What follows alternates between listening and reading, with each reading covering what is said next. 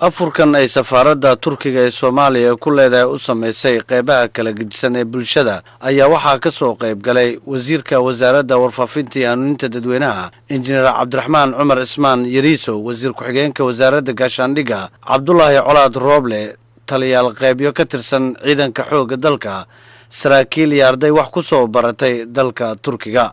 Dhamme Axmed Cabdulle Samatar oo ka tirsan saraakiisha Turkiga tababarka ku soo qaatay iyo Salaad Cadow oo ka tirsan ardayda waxbarashada ku soo dhameystay Turkiga ayaa u mahad celiyay safaaradda Turkiga ee Soomaaliya. Bismillaahir rahmaanir rahiim. Waxa la yiraahdaa Salaad Cadow waa ku faraxsanahay inaan afurkan ka soo qayb galnay ardayda wax ku soo baratay dalka Turkiga ee magaalada jooga siyaabo kala duwan inaan dhalinyaradii xagga wax isku soo baran halkan isku wada aragnaada ugu faraxsanahay.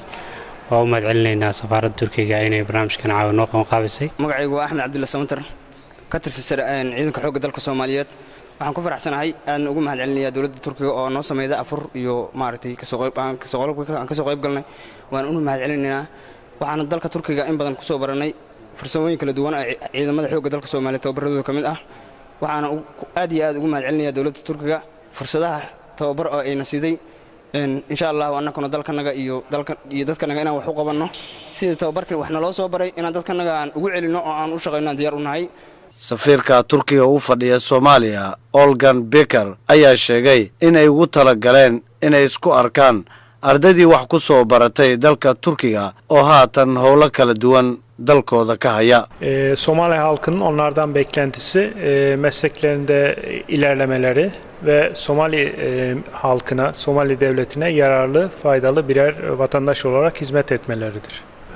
Ardaydan Turkiga wax ku soo baratay waxa loogu fadhiyo ama ummadda Soomaaliyeed ay ka sugayso waa in ay noqdaan dad muwaadiniin ah faa'iido leh dalkooda iyo dadkoodaba u faa'iideeya ama wax u tara. wasiir ku-xigeenka wasaaradda gaashaandhigga Cabdullaahi Colaad Rooble ayaa u mahad celiyay dawladda Turkiga iyo safaaradooda oo dib isugu keentay saraakiisha iyo ardayda wax ku soo baratay Turkiga. afurkaas oo ku saabsanaa runtii aad muhiim u ahaa ku saabsanaa saraakiil Soomaaliyeed ee lagu soo tababaray dalka Turkiga.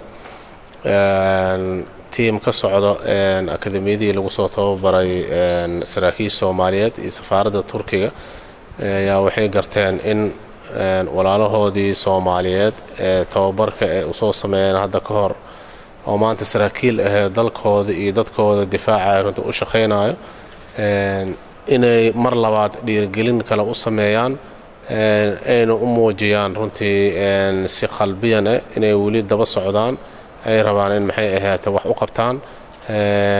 waxaa laga yaabaa saraakiishan howlo badan oo magaalada inay ku kala fadhiisnaan howlo badan magaalada ka hayeen in maanta inta la isku keeno qaarkood xataa aan muddo is arkin in maanta la isku keeno.